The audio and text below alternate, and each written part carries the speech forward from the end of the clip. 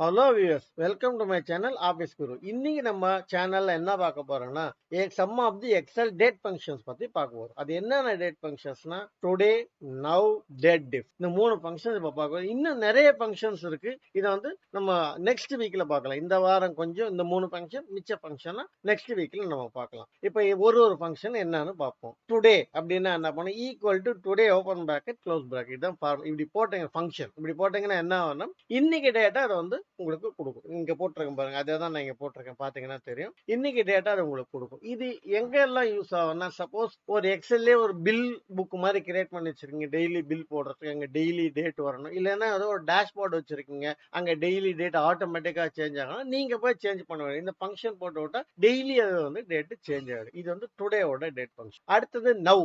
நவ்ங்கிறது என்ன பண்ணா, டேட்டோட சேர்த்து டைமையும் கொடுக்கும். அந்த டைம் அப்ப உங்க கிளாக்ல என்ன டைமோ அந்த டைமையும் சேர்த்து இது பண்ணும். உங்க கம்ப்யூட்டர் கிளாக்ல இருக்க டைம் சேர்த்து புட் பண்ணும். அதுதான் நவுக்குள்ள டிஃபரன்ஸ். டுடேக்கும் நவுக்குள்ள டிஃபரன்ஸ். அடுத்து பாத்தீங்கன்னா டேட் டிஃப். இது எதுக்குன்னா difference between two different dates calculate பண்றது. ஃபார் எக்ஸாம்பிள், என்னோட ஏஜ் என்ன நான் கண்டுபிடிக்கணும் அப்படின்னா, ஸ்டார்ட் டேட், பர்த் டேட் இங்க போட்டேன், இன்னைக்கு டேட்டா நான் இங்க போட்டிருக்கேன். ஓகேவா? அதோட இது பாத்தீங்கன்னா பாருங்க, டேட் டிஃப்ல இத்தனை இருக்கு. Year, month, days, year, month, year date அப்படின்னு இத்தனை இருக்கு. என்னன்னு பார்ப்போம். இப்போ ஃபர்ஸ்ட் இயர் போட்டிருக்கேன். இந்த இடத்துல பாத்தீங்கன்னா 49 இயர்ஸ். அதாவது 8/11/1973 இருந்து இன்னைக்கு இந்த மாசம் 8ஆம் தேதின்னு நான் கொடுத்துருக்கேன். இந்த மாசம் 8ஆம் தேதி வரைக்கும் எவ்வளவு நாள் இருக்கு? 49 இயர்ஸ் கம்ப்ளீட் ஆயிருக்கு. இன்னும் ஏன்னா இன்னும் இது உங்களுக்கு வந்து நவம்பர் மாசம் வரதுக்கு இன்னொரு 6 மாசம் இருக்குல்ல. ஆனா 49 கம்ப்ளீட்டட் ஏஜ் மட்டும் தான் காட்டும். அதே மாதிரி அடுத்தது மந்த். மந்த்னு போட்டீங்கன்னா நீங்க அந்த இயரோட மந்த்ல இருந்து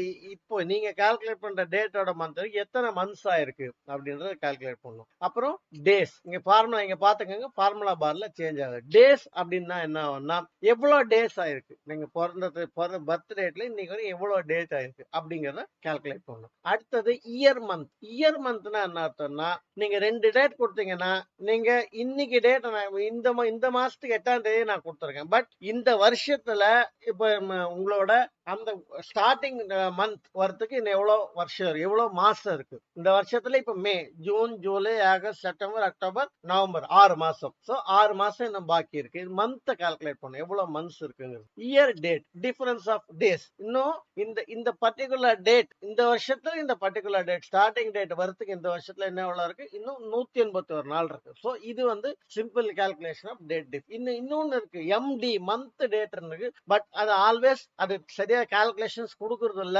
மைக்ரோசாஃப்ட்லயே வந்து அதை ரெக்கமெண்ட் பண்ணல அவங்க, அதனால நான் உங்களுக்கு அதை காமிக்கல. சோ இதுதான் மெயின் ஃபங்க்ஷன்ஸ். நம்ம இப்போ இதை வச்சு ஒரு யூஸ் கேஸ் என்னன்றதை பார்ப்போம். ஃபார் எக்ஸாம்பிள், நீங்க ஒரு லைப்ரரி வச்சிருக்கீங்கன்னு வச்சுக்கோங்க. லைப்ரரியில உங்களுக்கு தெரியும், ப்ரீவியஸ் டேஸ்ல நம்ம லைப்ரரிஸ் போவோம். ஒரு புக் வீட்டுக்கு எடுத்தீங்கன்னா, சப்ஸ்கிரிப்ஷன் பண்ணி ஒரு புக் வீட்டுக்கு எடுத்தீங்கன்னா, இந்த டேட்டுக்குள்ள வரணும் அப்படின்னு சொல்லி உங்களுக்கு டேட் போட்டு கொடுப்போம். அந்த டேட்ல நீங்க போய் கொடுக்கணும். அப்படி கொடுக்கலன்னா சம்டைம்ஸ் அவங்க ஃபைன் போடுறதுக்கு சான்ஸ் இருக்கு. இந்த மாதிரி லைப்ரரிஸ் ஆதி காலத்துல இருக்கு. இப்ப நம்ம மேக்சிமம் லைப்ரரிஸ் போறதுல நம்ம வந்து இ புக்ஸ் இல்ல ஏதாவது யூஸ் பண்றோம். இ புக்ஸ் இல்லைன்னா புக் வாங்கி இப்படி யூஸ் பண்றோம்.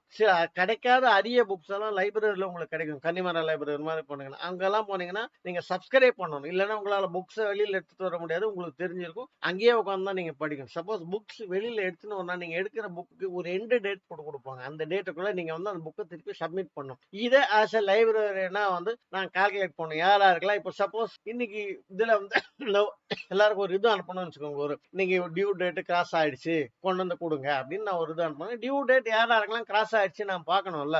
அதுக்கு இந்த டேட் டிஃப் ஃபங்க்ஷன் வச்சு நம்ம ஒரு சின்னதா ஒரு இது ஒன்று போகும். இப்போ நான் இங்க என்ன கொடுத்துருக்கேன்னா, புக்கோட ஸ்டார்ட் டேட் என்ன, இப்போ இன்னைக்கு 25ஆம் தேதி எடுத்திருக்காங்க. போன மாசம் 25ஆம் தேதி எடுத்திருக்காங்க. இந்த மாசம் 15ஆம் தேதிக்குள்ள நான் வந்து கொடுக்கணும். சரியா? 15ஆம் தேதி அந்த புக்கை ரிட்டர்ன் பண்ணணும் அப்படின்னு இருக்கு. இந்த 15ஆம் தேதி கிராஸ் ஆயிடுச்சு, இந்த நம்பர் ஆஃப் டேஸ் கிராஸ் ஆயிடுச்சுன்னா எனக்கு வந்து என்ன வரணும்னா, இந்த பர்டிகுலர் பர்சனுக்கு வந்து டேஸ் கிராஸ் ஆயிடுச்சு அப்படின்னு, சோ தட் அந்த பர்சனோட நான் வந்து ஃபாலோ பண்ண முடியும். இங்க அதுக்கு வந்து ஒரு சின்னதா இஃப் கண்டிஷன் ஃபார்முலா எழுதியிருக்கேன். டேட் டி ஃபங்க்ஷன் வச்சு இஃப் கண்டிஷன் ஃபார்முலா எழுதியிருக்கேன். நான் வந்து என்ன வச்சிருக்கேன், 20 நாள் கணக்கு வச்சிருக்கேன். ஸ்டார்டிங் டேட்ல 20 நாளுக்குள்ள திருப்பி கொடுக்கணும் அப்படிங்கிற மாதிரி ஒரு கணக்கு வச்சு நாங்க இந்த இடத்துல வந்து ஒரு இது போட்டிருக்கேன், ஒரு ஃபார்முலா எழுதியிருக்கேன். இப்போ பாத்தீங்கன்னா, இப்போ ரெண்டு கஸ்டமர் ஏ, கஸ்டமர் பி ரெண்டு பேரும் 25ஆம் தேதி புக்ஸ் எடுத்திருக்காங்க.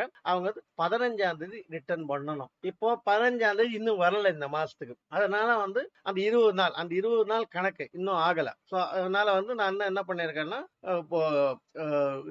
இப்போ வந்து இந்த ஃபார்முலால உங்களுக்கு எதுவும் காட்டல. சப்போஸ் இப்போ இந்த இது மாறி போச்சு, நான் இங்க ரெஃபர் பண்ண இந்த டேட் வந்து டுடே நீங்க போட்டிருக்கோம். இந்த டுடே டேட் மாறிக்கிட்டே இருக்கும். சப்போஸ் இன்னைக்கு வந்து ஜூன் மாசம் ஆயிடுச்சுன்னு வச்சுக்கோங்க. இந்த ஃபார்முலா வச்சுக்கிட்டு என்ன பண்றது, ஈக்குவல் டு 5 ஜூன் 5 அப்படின்னு போடுறோம். சரி, டேட்ல ஏதோ தப்பு பண்ணிட்டேன்.